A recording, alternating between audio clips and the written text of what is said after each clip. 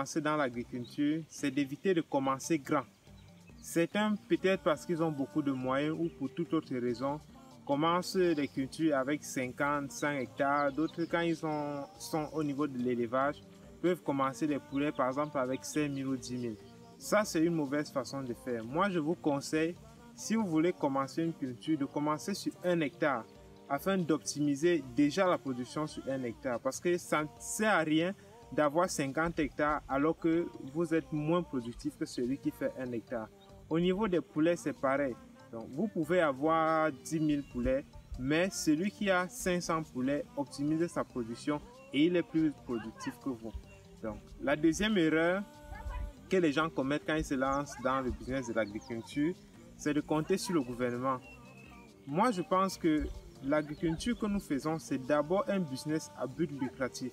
Donc, si le business réussit, nous sommes les premiers gagnants. Donc, nous n'avons pas forcément besoin de compter sur le gouvernement. Une autre chose aussi, c'est la lenteur au niveau des procédures.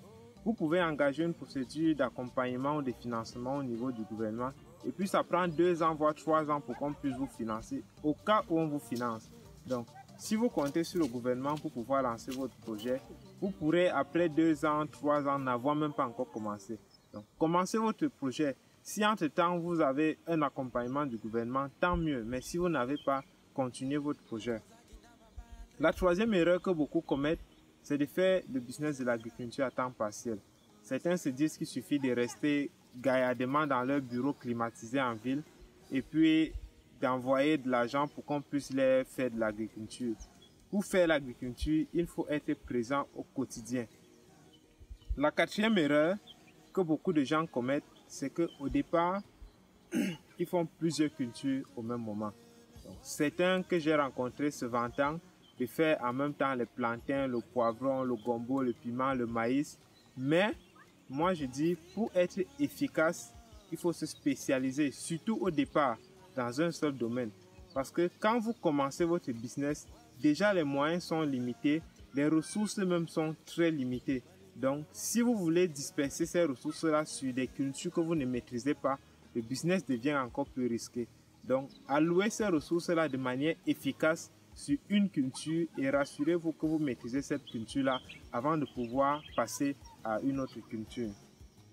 Enfin, maintenant, l'erreur que d'autres gens commettent aussi lorsqu'ils veulent se lancer dans l'agriculture, c'est de confier leur projet à un ami ou à un membre de la famille. Ça, c'est quelque chose que les gars de la diaspora aiment bien faire.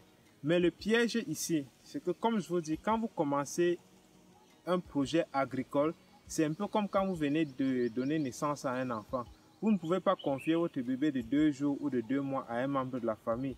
Donc, il faut que vous-même vous soyez là pour suivre votre projet. Vous êtes le seul qui avait la vision de ce projet et vous êtes le seul qui connaissait comment est-ce que vous allez mener ce projet à bon. Et il faut absolument que vous soyez là au début. Un autre piège aussi de cette erreur, c'est que vous risquez de vous faire escroquer par les membres de vos familles ou par vos amis. Beaucoup de nous connaissent des gens qui ont eu à donner de l'argent en finançant des projets qui reviennent 1 an, voire 2 ans après et qui se rendent compte que le projet n'a même pas encore bougé d'un mot. Donc, pour éviter cela, au début, vous devez être présent et vous rassurer que votre projet décolle comme il le faut afin de ne pas pouvoir vous retrouver en larmes après.